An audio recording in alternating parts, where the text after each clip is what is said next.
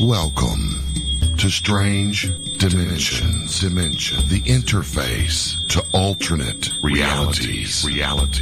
Contact experiences. And mysterious phenomena. And now your host for Strange Dimensions Radio. Here's Rosemary Ellen Guiley.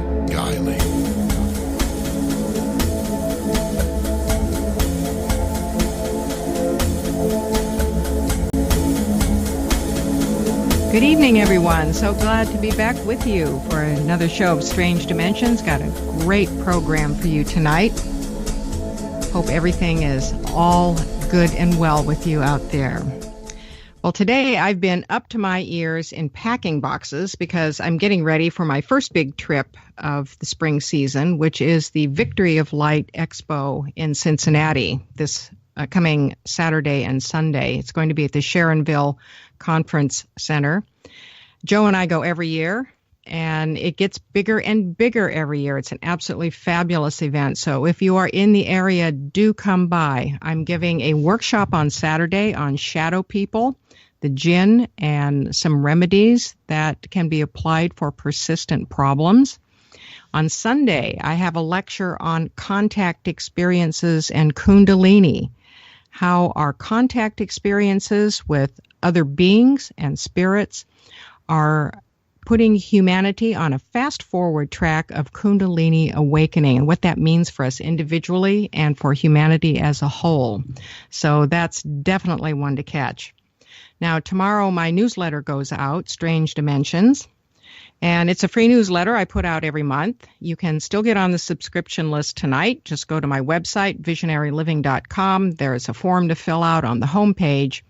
The newsletter features questions from readers, articles that I've been writing in conjunction with my books, news about what I'm doing. You can join the thousands of people who are on the list and get Strange Dimensions every month. Well, tonight we're going to be exploring the spiritual realms. And boy, we've got a lot of territory to cover. I have an absolutely fascinating guest lined up for you. Now, when we explore the spirit realms, and especially in astral travel, going out of body, we're really beyond time and space. So we can access all kinds of realities. We can even go back to the past on Earth. Have you ever wanted to have a conversation with someone from a long ago past? Maybe a historical figure or a religious figure, even gods and goddesses. How about talking to some alien beings? How about even talking to the planet itself? How about checking out the Akashic records, the afterlife, see some of your past lives, get some insight into some of the big eternal questions that humanity has been pondering since the very beginning of our existence? Well, I've certainly wanted to do all of those things, and I've accomplished some of them. But my guest tonight, Garnet Schulhauser, has done all of them. So I tell you, we're in for a fascinating show tonight. So let me introduce Garnet Schulhauser. He's a retired lawyer who lives near Victoria on Vancouver Island in British Columbia. He grew up on a small farm in Saskatchewan and got a law degree, practiced corporate law with blue-chip law firms for over 30 years in Calgary, and retired in 2008. But before he retired, he had a life-changing event, a street encounter with what at first seemed to be a homeless man who proved to be something much more. And this really launched an incredible astral traveling spiritual journey into all kinds of areas, topics, and other dimensions. His discoveries and revelations are published in 3 books so far. And I say so far because I'm sure more are coming.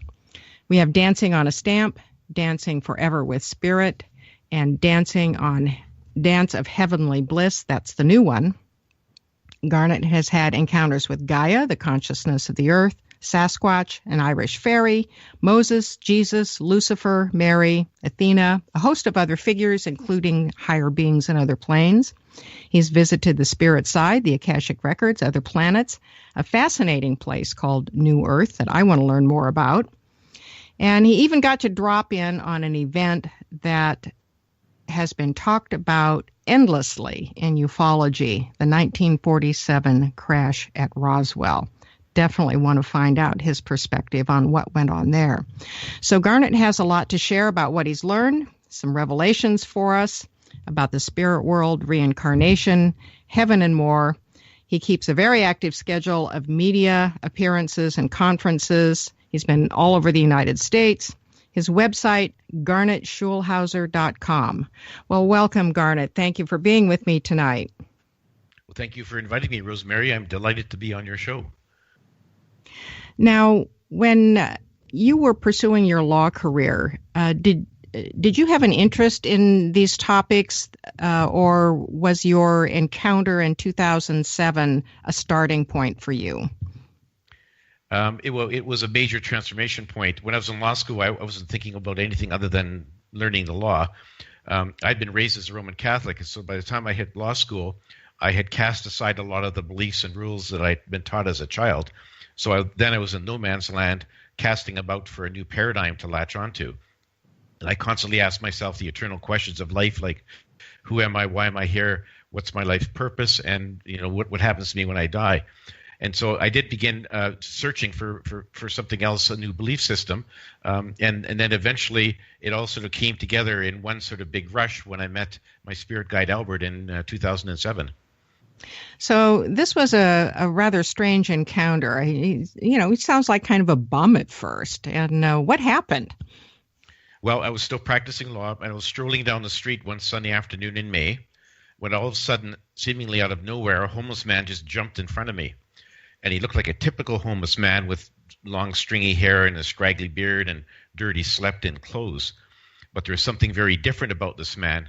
He had these amazing, dazzling, sparkling blue eyes that shone like two little blue stars. And he seemed to be penetrating, looking deep within me, right down to the depths of my soul. And I sensed that he knew everything about me, everything I'd ever said or done in my life, which was strange because I'd never met this man before. But I didn't feel violated because at the same time, his eyes were sending me this wave of pure, unconditional love that was infusing my whole body with an amazing sense of peace, security, and well-being. So I was like a deer caught in the headlights. I just stood there, basking in the loving glow from this man's eyes. And then finally he broke the spell by saying, "Why are you here?" And then he promptly disappeared into a nearby store. And when I finally collected my wits, I decided I'd better go in there and try to find this man and find out who he was. So I went into the store, walked up and down the aisles. He was nowhere to be seen. I went back out on the street and walked up and down for several blocks trying to spot him, but he had seemingly disappeared into thin air. So when I walked back to my office, I resolved that I was going to return the next day to try to find this man. And so I did. Next day, very same time, very same street, I began to search for this homeless man. So I searched for 15 or 20 minutes and I was about to give up when I spotted him sitting all alone on a bench. So I walked up to him and I said, "Who are you and why did you stop me the other day?" And he said, "I'm a soul just like you. I'm here to help you on your journey and answer your questions." And then my skeptical lawyer brain kicked in, Rosemary, and I said to him, "Why do you think you can help me when you can't even help yourself? Because you look like you've been sleeping on the street for weeks and you smell like a dead fish." Well, he just gave me a big smile and he said, "Looks can be deceiving because you look like you're a successful lawyer with everything under control, but we both know that's just a facade. So you can turn around and head back to your office and see if you can find the answers you've been seeking all these years on all those emails waiting for you on your computer, or you can sit down and have a chat with me." So luckily my intuition kicked in, and I sat down and began a conversation with this man, which went off and on for the next several months. I found out that he was really one of my spirit guides in disguise, and that I was the only one who could see him and touch him in physical form. So he would be invisible to anyone else who had been passing on the street that day. And so he answered all my questions and many others and gave me some very startling revelations about life, death, God, the afterlife, and so on. And then he surprised me early on in the conversation by saying, "I'm not just here to satisfy your curiosity. I want you to write a book about the revelations I have given you and will give you in the future." which really took me by surprise because I'd never even dreamed of writing a book before. And so that was the beginning of my encounter with Albert. And the first book that I wrote, Dancing on a Stamp, discloses the dialogue I had, the question and answer, with my spirit guide, who proved to be a very wise and compassionate and loving spirit. Your description of him with the startling eyes, these crystal clear blue eyes, I find that so often in angel encounters. And this is an indication of some sort of otherworldly presence. And I've heard of some other encounters, too, where the guide figure is something that really jolts us, not what we expect, not something that's going to come down a beam of light in golden robes and a golden belt on, but something that's really going to shake us up from wherever we're at. And it sounds like he really gave you a zinger there. Yeah, he certainly did give me a zinger because it was totally unexpected and coming from a source that I would never have dreamed it would have come from, because I had encountered homeless people on the street before, and I would typically do a quick sidestep and go around them, totally ignore them. My head was in the clouds, and I would often think about homeless people. What's wrong with you? Why don't you get a job like the rest of us and quit being a bum, kind of thing. That was my attitude. He totally turned me around on that one, obviously, and so it was like he hit me over the head with a 2x4 to get my attention, and it worked very well. But he wasn't entirely a spirit. Wasn't he previously incarnated on Earth? Yes, he and I had previous incarnations on Earth. He described 2 or 3 of them to me just briefly, saying that, yes, we've been together before. Only this time, when I incarnated, I had asked him to be my spirit guide, so he remained on the spirit side to be one of my coaches, one of my spirit guides. And so we had a long history of which I remembered none of it, because once you sort of pass through the fog of amnesia, when you're incarnated, you forget all that stuff. But he said, yeah, we've been around on a few movies together before, and this time he was my spirit guide. So how did these astral journeys then begin, and what did that feel like? Well, it was really quite a very different feeling. How it happened was that I woke up in my bedroom in my bed one night, and I could see this ghost-like ethereal figure standing in the doorway of my bedroom, which kind of startled me. As it moved closer towards the foot of my bed, I could see it was my old friend Albert, but he was in astral form. And I said, Albert, what brings you here? And he said, well, I'm here now to take you on another set of encounters with me. I'm going to take you on some astral trips to the spirit side, to other places in the universe. I want to show you things that you should write about. I want to introduce you to people that you should have a conversation with, and I want all these to be disclosed in your second book. That was my first encounter with him in the astral form. So then he literally reached out, grabbed my astral hand, pulled my astral body out of my physical body.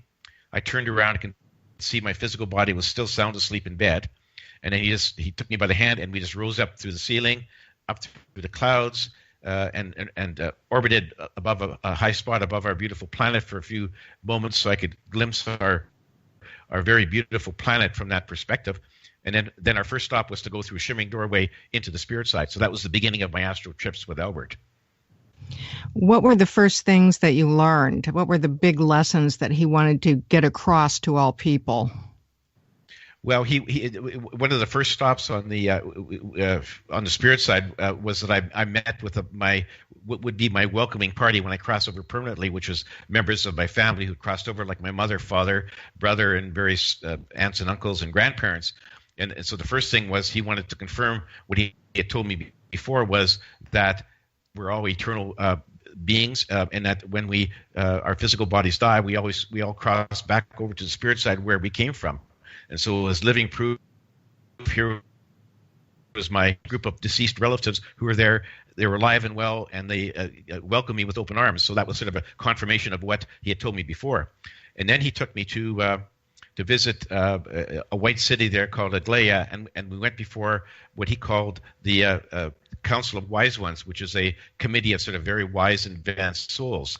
And there I had a conversation with the chairperson, Sophia, who said she had a message to give for me to take back to my fellow humans, and it was look, humans, you're at a very advanced stage of development, but your spiritual and emotional intelligence has not kept pace. And she says what you need to do is control your negative emotions, your fear, anger, hate, greed, which causes so much strife and violence on your planet. Control that, submerge it, and embrace love and compassion. And if you can do that, you'll get over this rough part in the road that you're currently in. And if you don't, you're going to end up crashing and burning like other civilizations in Earth's past, like Lemuria and Atlantis and a number of other ones I've never heard of. So that was her very, very sort of a solemn message for me to take back to humanity, which I put in my book. So that was another very important lesson that I got right from the start. Well, this seems to be a problem that humanity has had from the very beginning, overcoming the negativity, the violence, the corruption, the shadow side of human beings. And we don't seem to get the message. And so how is this message different? Are we approaching some sort of crisis point? Yeah, he basically they basically said, yeah, we're at a very crucial point in our development, and they didn't give any timelines or anything, but they said, like, we really have to get our act together. We have to have more and more people embracing the message of love, compassion, and forgiveness, and trying to distance ourselves from our negative emotions. And if we can do that, then we can avoid crashing and burning. But that's not easy to do. And what they are doing, what the good people on the spirit side are doing, are blasting our planet with a lot of messages through many different channels.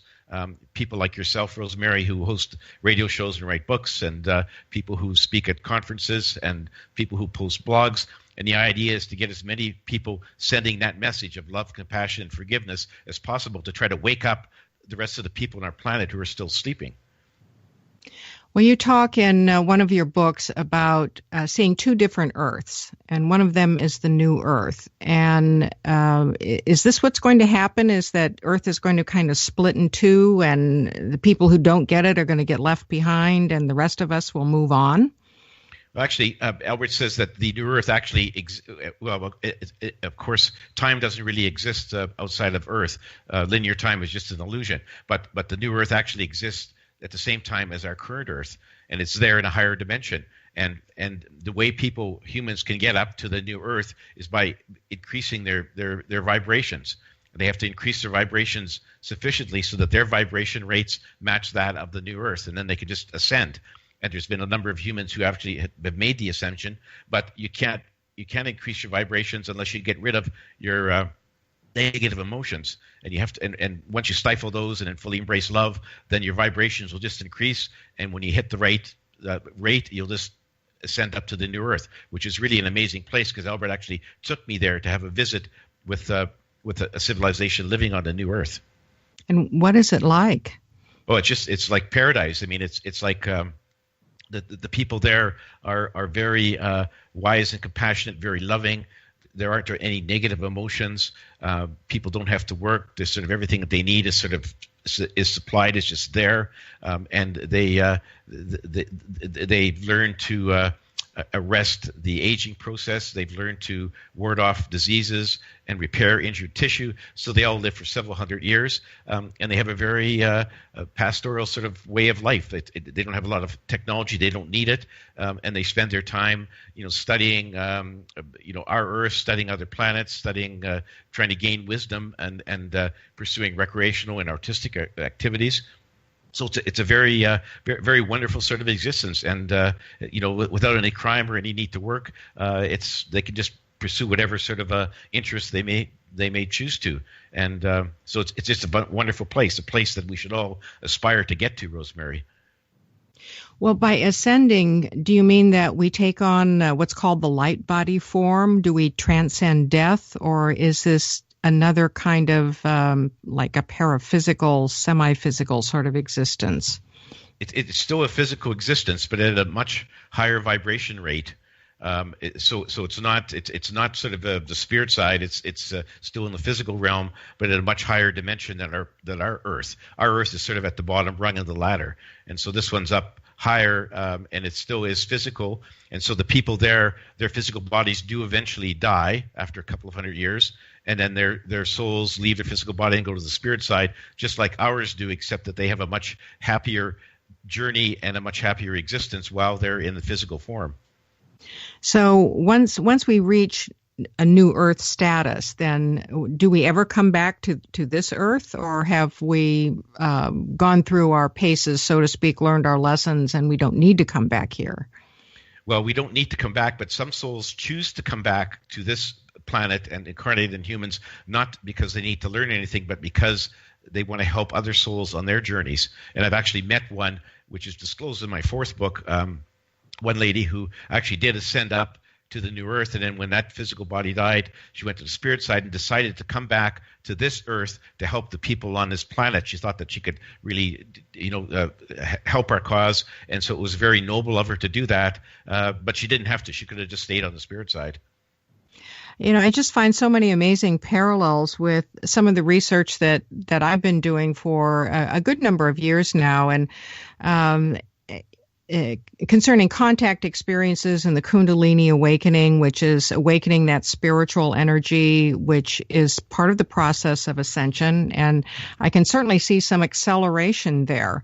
Research that has come out about how people are being transformed by having contact experiences. And it doesn't have to be like a near-death experience. It could even be contact with what we would call alien beings. And I have envisioned what I call the trans-reality Earth. And that our various experiences with these other dimensions are having an effect on our consciousness and moving us forward into an expanded reality that requires a certain caliber of consciousness to be able to exist in that reality. And so I think you and I are and Albert, we're all talking about the same thing, maybe just using different terminology, but it's something that is happening. Yeah, it absolutely is. And that kind of message is coming, as I said, from many different channels. And the good thing, from my perspective, Rosemary, is that when I hear other people like yourself having similar experiences and thoughts, it just validates what Albert has told me, and so many other people are having the same kind of thoughts and experiences. So the core message coming from the source, from the spirit side, is all the same. There's just different nuances depending on the filter used by the person, the channel receiving it, but the core message is all the same. So worst case scenario, and I don't know if Albert got into that or not. Worst case scenario, let's say humanity just doesn't get the message, doesn't do it, just stays mired in a lower level of vibration. What happens then? What's our prognosis? Well, Albert is actually very optimistic. He says, things look fairly grim. And he said that when anyone who listens to the evening news, you get nothing but a bunch of negative news, suicide bombers and terrorist acts and so on. He says that's because the media focuses on bad news. He says there's actually a lot of good stuff going on our planet. There's a lot of good people here. And so he's very optimistic. He says he does believe that we're going to pull through, but we have a lot of work to do. But he wouldn't give any time frames, nor would the Council of Wise Ones. They refuse to do that. But we're at a very crucial point. And if we don't make it, the worst case scenario is we destroy ourselves and all other life on our planet. And guess what? Poor old Gaia has to start over right from scratch. I don't know, maybe Gaia wants to start over from scratch. Sometimes I get that feeling, especially with all the violent weather disasters that go on. That's one way to sweep everything out. Exactly. Well, this new Earth, it sounds also a lot like the afterlife. And did you find any parallels there? Well, the parallels are that there aren't any negative emotions. There's no crime, and just lots of love. Not quite the same degree of unconditional love that there is on the spirit side, but they're getting very close to that. So that's the parallels. Where it doesn't match is the fact is that they still have physical bodies, so they have to eat, drink, sleep, and procreate, which doesn't happen on the spirit side because souls there are just beings of energy, and they don't have to do any of those things. So there's some parallels, but certainly some differences. All right. Well, we're coming up on our first break for the evening. This is just fascinating stuff to contemplate, Garnet, and we'll be right back. We're just going to take a short break here. Do stay with us on kgraradio.com. You're listening to Strange Dimensions. And when we come back, we're going to find out about Roswell, what Jesus has had to say. How about that meeting with Lucifer, too? I'm really curious about that. So don't go away. Lots of good stuff coming up.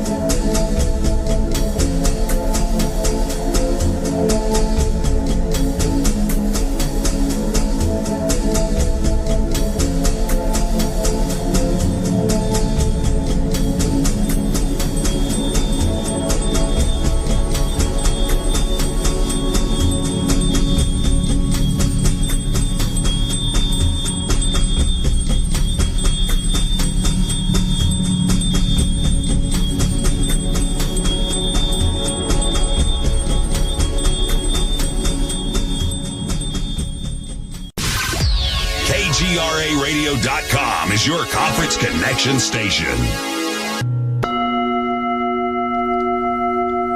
Are you feeling stuck? Is there a cloud hanging over you? Are you trying to find your purpose? Are you holding on to negative energies or beliefs? If you've answered yes to any of these questions, maybe you're ready to invite light and love into your life. Visit onlinevibes.com and shop the items you'll need to bring healthy and healing vibes into your space, including smudging tools and incense, aromatherapy, crystals, divination tools, candles, natural body care products, jewelry, and lots of thoughtful gift ideas from and for the heart. Visit onlinevibes.com. That's online, VIBEZ.com for your mind, body, and spirit needs, and get your vibes on today. You've probably heard about all the great benefits of goat milk soap, but did you know some companies take shortcuts? At Old New England Soap, we make our organic goat's milk soap using 36% goat's milk. That's 17% more than most others. Our bars are larger, so they last longer, producing lots of lather packed with vitamins. And our soap is a natural moisturizer that smooths dry and damaged skin. Order online at oldnesoap.com. That's oldnesoap.com. You've tried the rest. Now try the best. oldnesoap.com. Water-based soaps on supermarket shelves use harsh chemical acids to break down dead skin cells. And that's just not good for you. At Old New England Soap, our soaps are made without chemical ingredients, contain no alcohol or petroleum products, and use 85% organic materials and carry the USDA's organic certification. Try some today. Go to oldnesoap.com. That's oldnesoap.com. oldnesoap.com. Now you have the inside contact for alternative talk radio. The Planet. KGRAradio.com.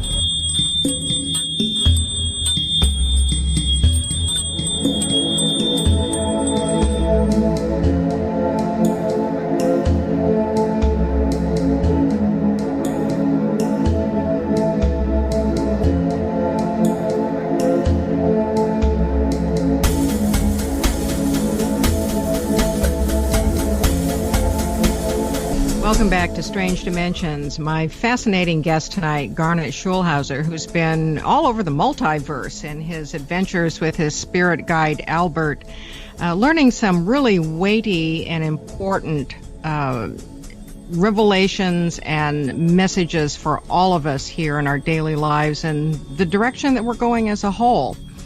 We were talking about the new Earth before the break. Garnet, what about, I have to ask, let's do this now before we get into some of these important figures that you've had contact with. What about Roswell? You actually were taken to witness Roswell. Actually, I witnessed the Roswell event in the Akashic Records on the spirit side, Rosemary, and there it was. The Akashic Records are housed in a building where there's viewing rooms, and you go in and there's a big holographic globe that sort of floats in the center. And my spirit guide Albert knew how to sort of run it, and so he basically took me back to the scenes when just before the Roswell crash. And what happened was that there was actually an alien scout craft that descended from a very large mothership, full of a very advanced alien race. And the scout craft was exploring an army weather balloon that they had put up into the air. They just went to check it out. And for whatever reason, as I'm watching the replay on the Akashic Records, they had a navigation error on their craft, and they ended up smashing into this balloon. And unfortunately, that sort of jarred some of their other avionic equipment loose, and they ended up crashing in the desert below the balloon just near Roswell. This is 1947. And I watched as the craft sort of hit the gully and then skipped like a stone across a pond a little bit, and then came to a stop. And then I watched, and of course Albert, he could sort of fast forward and stop it and so on and so forth, just like watching a 3D movie.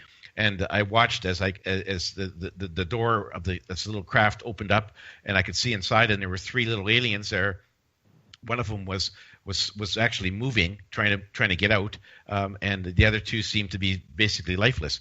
Well, eventually the trucks and jeeps and other military personnel from the Roswell Army Air Base arrived at the scene. There had been some other humans around there who'd actually seen this craft, and they came and basically took it over, and they carried out the three little aliens. One was still alive, and they put the craft on the back of a large flatbed truck, covered it with a tarp, hauled it off to the Army Air Base, and then I followed the scene as we went to the hospital or the medical facility at the air base, and there the doctors were trying to save the one little alien that was still alive.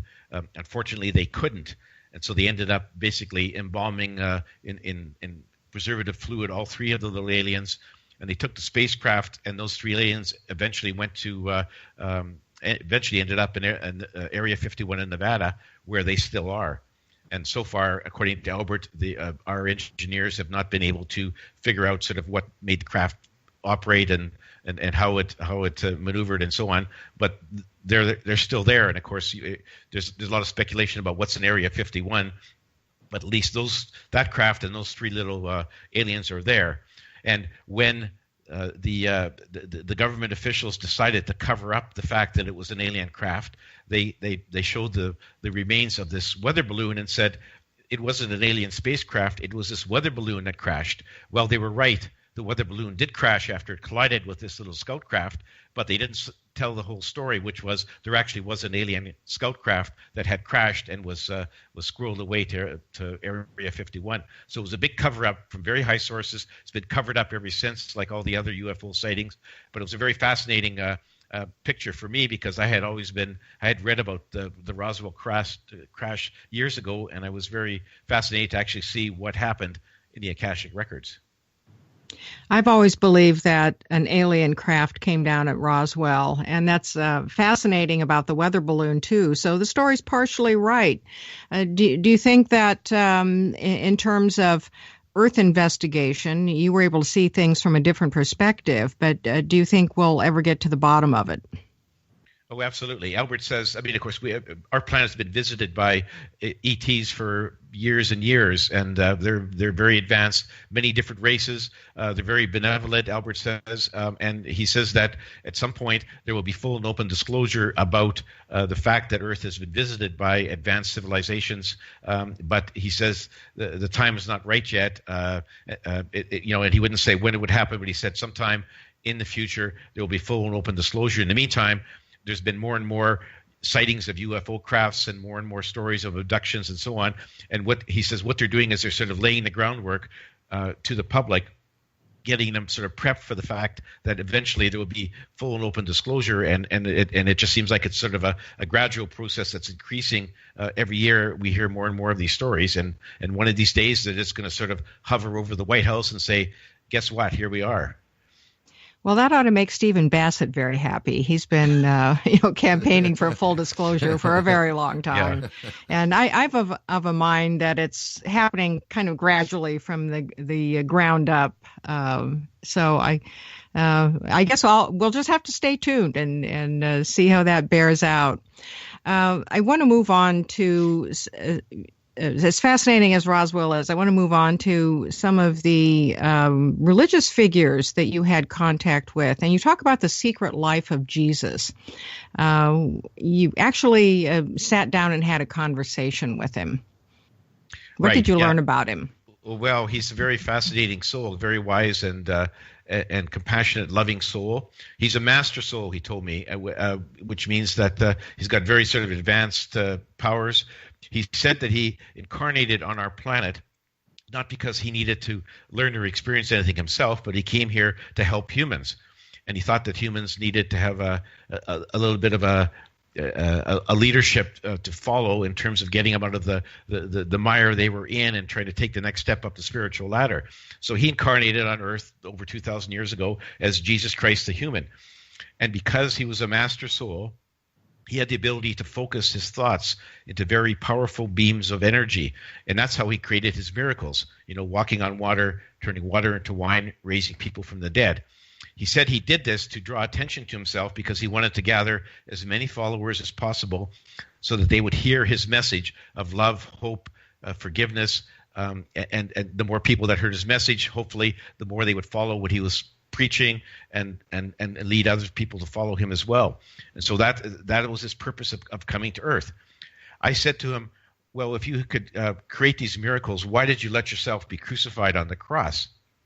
He said he could have stopped that. He could have prevented that, but he chose not to because he felt that his death on the cross and then his subsequent ascension, resurrection, would have made a very dramatic statement for his followers, not just the ones in his lifetime, but in centuries to follow. And so he allowed that to happen. And I said, so you were basically the originator of the Christian church, obviously. How do you think it's panned out since you walked on the earth? And he says, well, the core message is still there that I taught, and that core message is still good. But he says that the leaders of the church that followed him, all the various popes and cardinals, over the centuries, in many cases they were misguided, following their own earthly agendas in search of power and control over the masses, and so they sort of got off track in a number of places. And he said, well, that's just the way it goes. You never know where humans are going to go. And he said that he assumed that somebody would form a religion based on his teachings. He didn't know how it would go.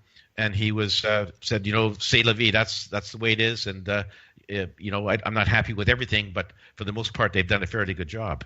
So very interesting conversation. Well, and you did make the point in one of your books about how the church has really turned God, the source, into something other than what it really is, that God is not a vindictive, judgmental kind of being. And this is the edifice of the church that's done that. Absolutely. And that's what I was taught, was that God was sort of like this old man with a beard sitting on a gold throne in the sky. And he was making a bunch of rules for us to follow, which were really created by men, not by God. And that if you crossed God, you should feel badly about it. If you didn't follow his rules, and if you didn't make amends, and you did things that they called sins, you'd appear before God when you died. And if you were good, you'd go to heaven. If you're bad, you'd go to an awful place called hell. So that's how the church envisioned God, which is just totally wrong, because Albert says the source is nothing but pure, unconditional, amazing love. The source is the source of all love, and the source does not make rules for us to follow, does not control events on our planet, and does not judge us or punish us when we leave this earth and go back to the spirit side. So it's a totally different picture, and I much rather prefer the vision of the source that Albert portrayed for me than the one I was taught as a child. So the source, and much different from how the church preached to me as a child about God. Well, that's one thing that I've been finding in the contact research that I've been doing with the Foundation for Research into Extraterrestrial Encounters, that people feel that they are becoming more spiritual but less religious, that the organization dogma of the major religions, that they just don't relate to it much anymore, but yet they feel intensely spiritual. Do you think that's part of the process of evolving into this new earth? Absolutely. And Albert says the process has been going on for quite a while. It's been picking up the pace in the last 30 or 40 years. In fact, the last 10 or 15 years, it's becoming, it's been progressing at a geometrical pace, according to Albert. He said that 30 or 40 years ago, I would not have written my books. And if I had, nobody would have read them. And you wouldn't have had me on your radio show. But now there's more people who are spiritually aware, more people who have their minds open to spirituality and the concepts that you and I have been talking about tonight.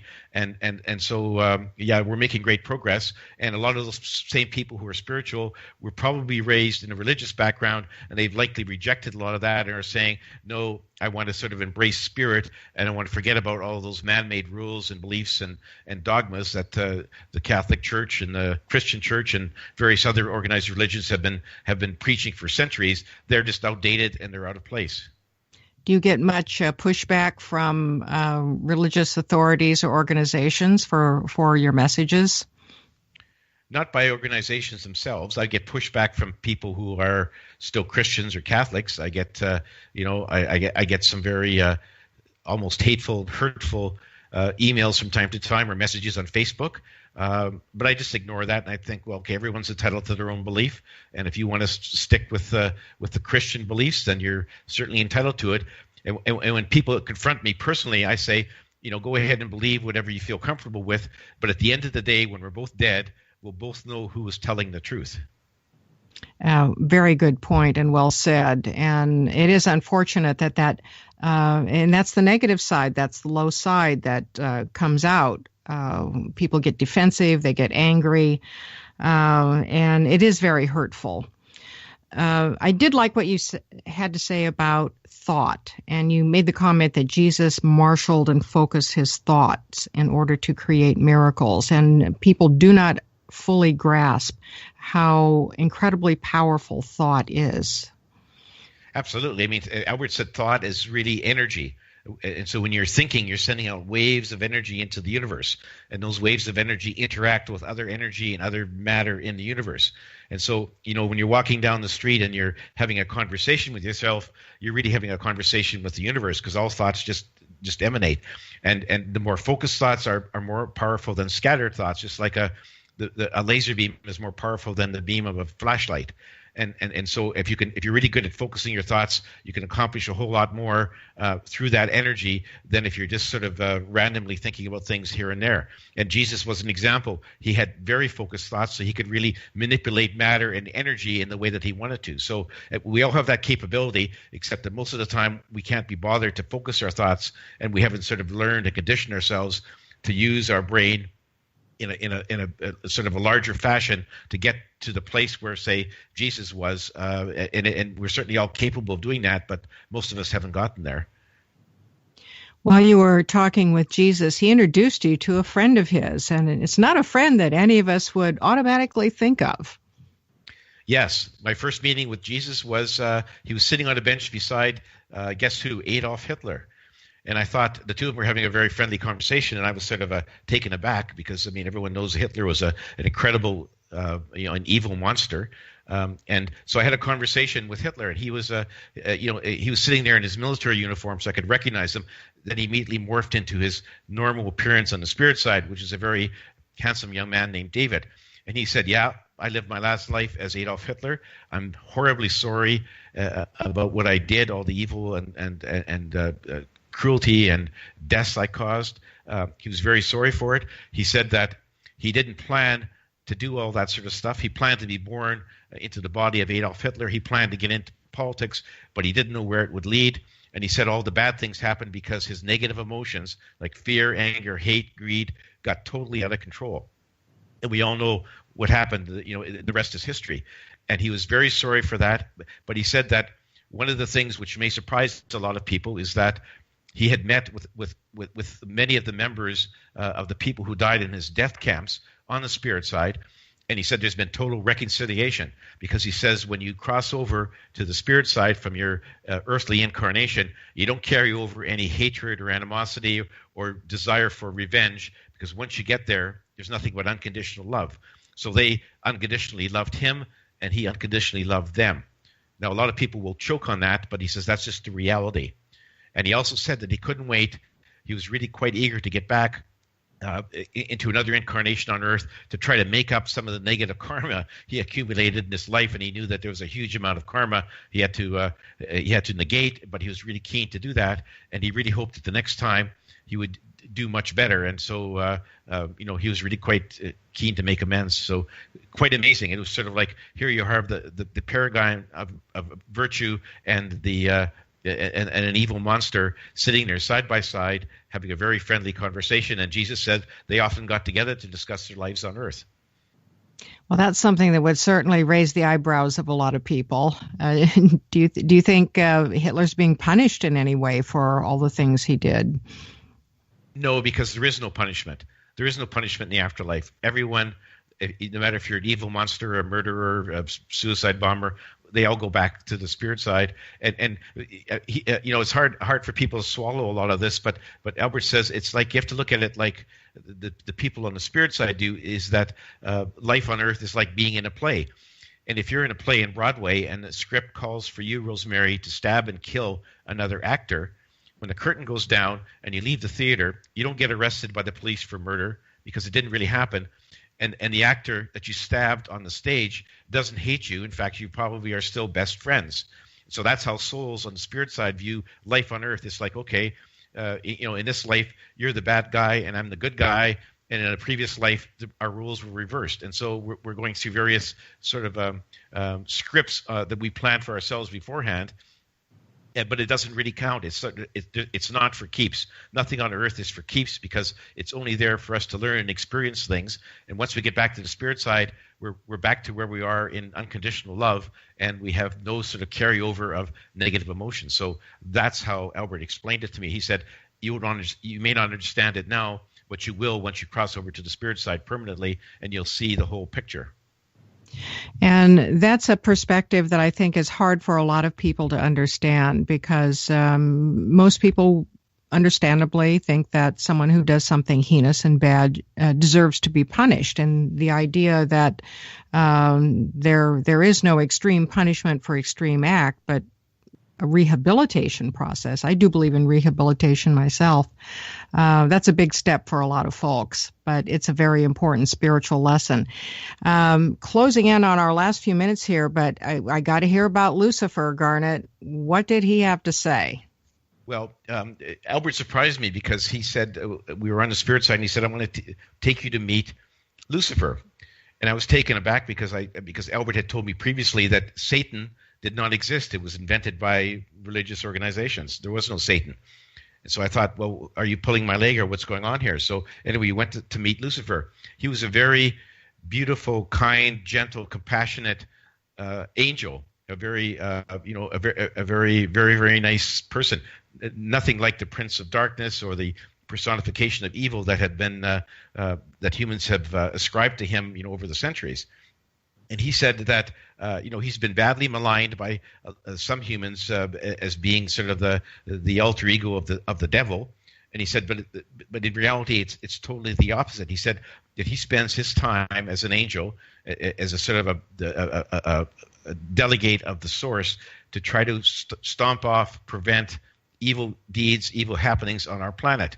And he does that by sending strong sort of intuitional messages, bombarding people at the right place at the right time to get them to prevent evil or stop doing some heinous acts.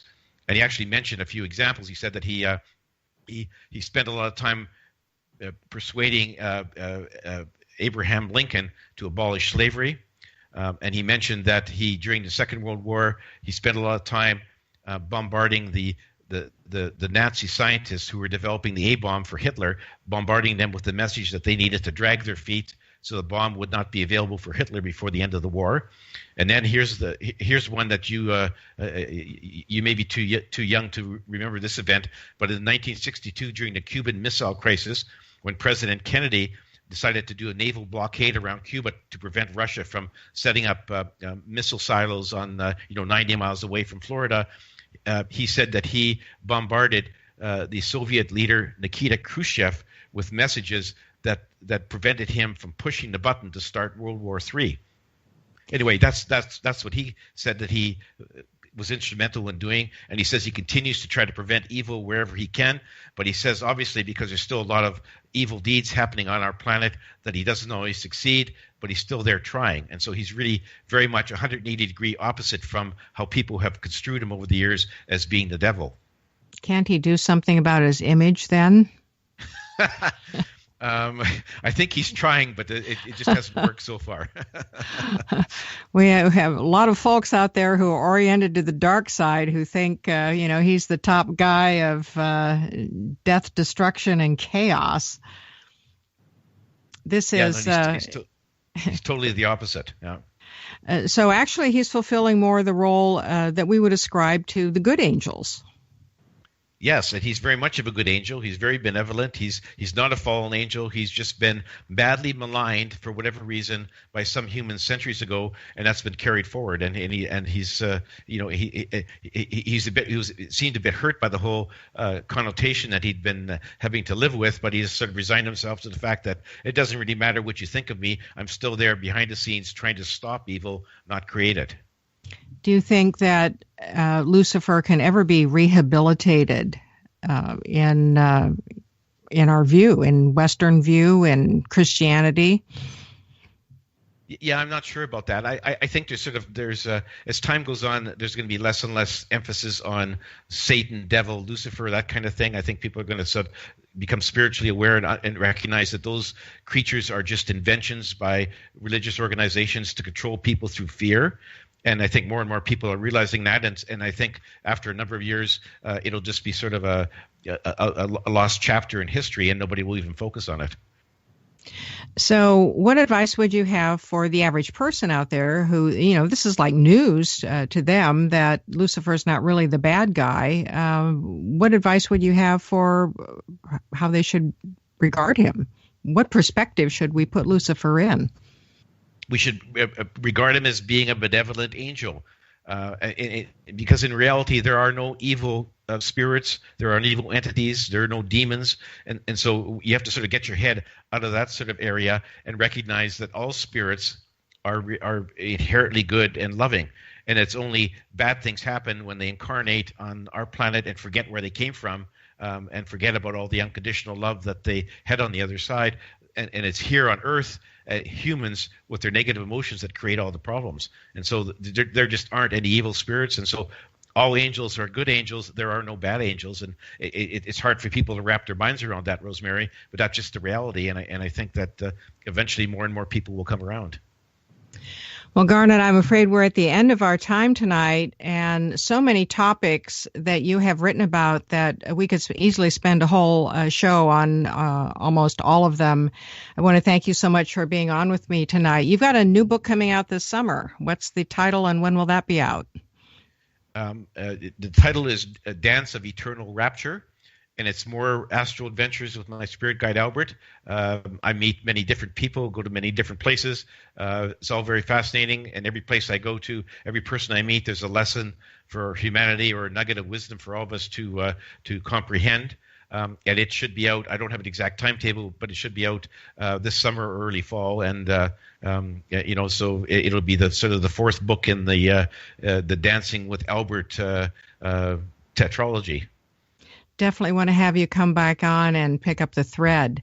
GarnetSchulhauser.com is the website to go to for information. You've been listening to Strange Dimensions on KGRA Digital Broadcasting Radio. Right now, in just a few minutes, don't go away because Fade to Black with Jimmy Church is coming right up. See you next week, and see you on down that paranormal road.